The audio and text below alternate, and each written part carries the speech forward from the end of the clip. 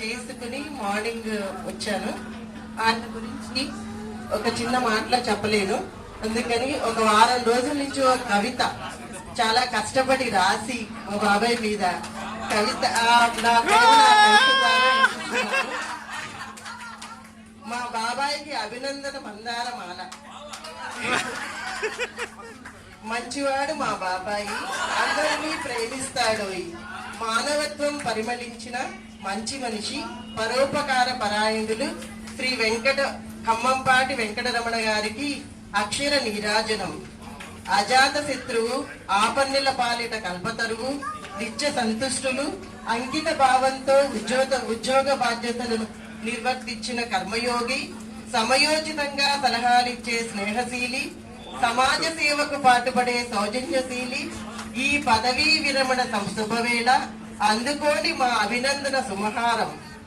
మనిషేమో గంభీరం, మనసేమో నవనీతం, మోముపై చెరగని దరహాసం, సానుకూల దృక్పథం, మొక్కమోని ఆత్మవిశ్వాసం నీ నైజం. ధార్మిక చింతనం, నిరంతరం ఆశావాదం, జనవాత్సల్యం నీ సుగుణం.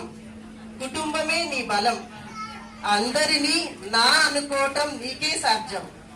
వెంకటరముడు వెంట ఉంటే జీవితం ఎంతో రమణీయం అనిపిస్తావు, ఇది నిజం.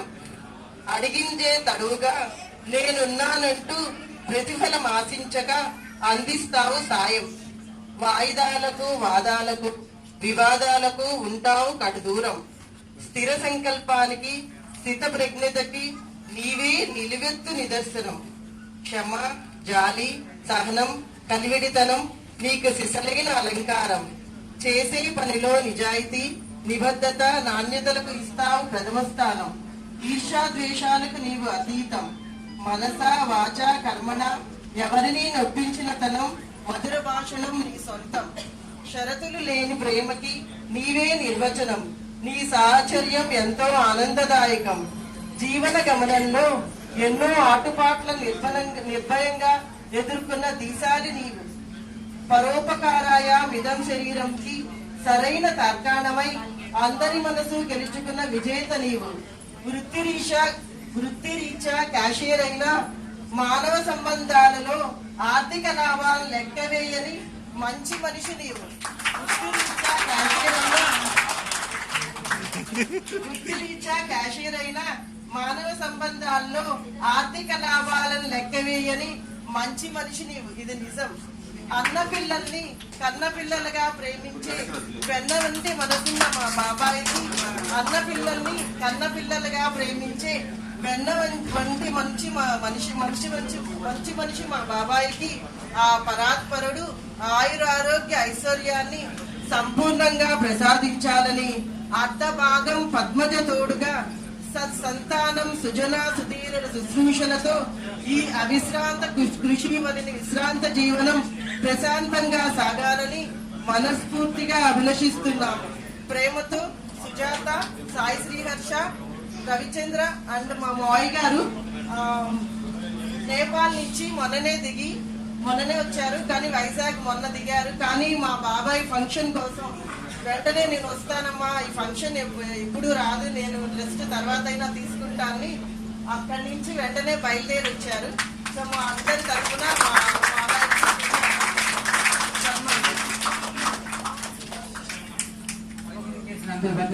ఆశీస్సులు. ఉద్యోగంలో చేరిన తర్వాత రిటైర్మెంట్ అంటూ జరుగుతూ ఉంటుంది, కానీ ఏ ఒత్తిడుకులు లేకుండా చివరిదాకా ప్రశాంతంగా అది సర్వీస్ చేయటం అనేటువంటిది ఒక వరం. ప్రజల కస్టమర్ల చేత కూడా నిన్ను వాళ్ళ మెప్పులు పొందక అది మరొక వరం. ఎందుకంటే జనరల్గా పబ్లిక్ డీల్ చేసేటప్పుడు చాలా విమర్శలు వస్తూ ఉంటాయి.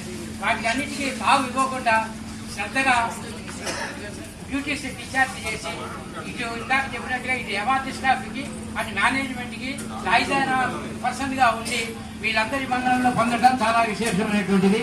ఆయనకి వారి భార్యకు వాళ్ళందరికీ కూడా ఆయురారోగ్య ఐశ్వర్యాలు ఇచ్చి రిటైర్మెంట్ లైఫ్ ఆయనకి హ్యాపీగా జరగాలని భగవంతుడిని, అమ్మవారిని ప్రార్థిస్తూ ఉన్నాను.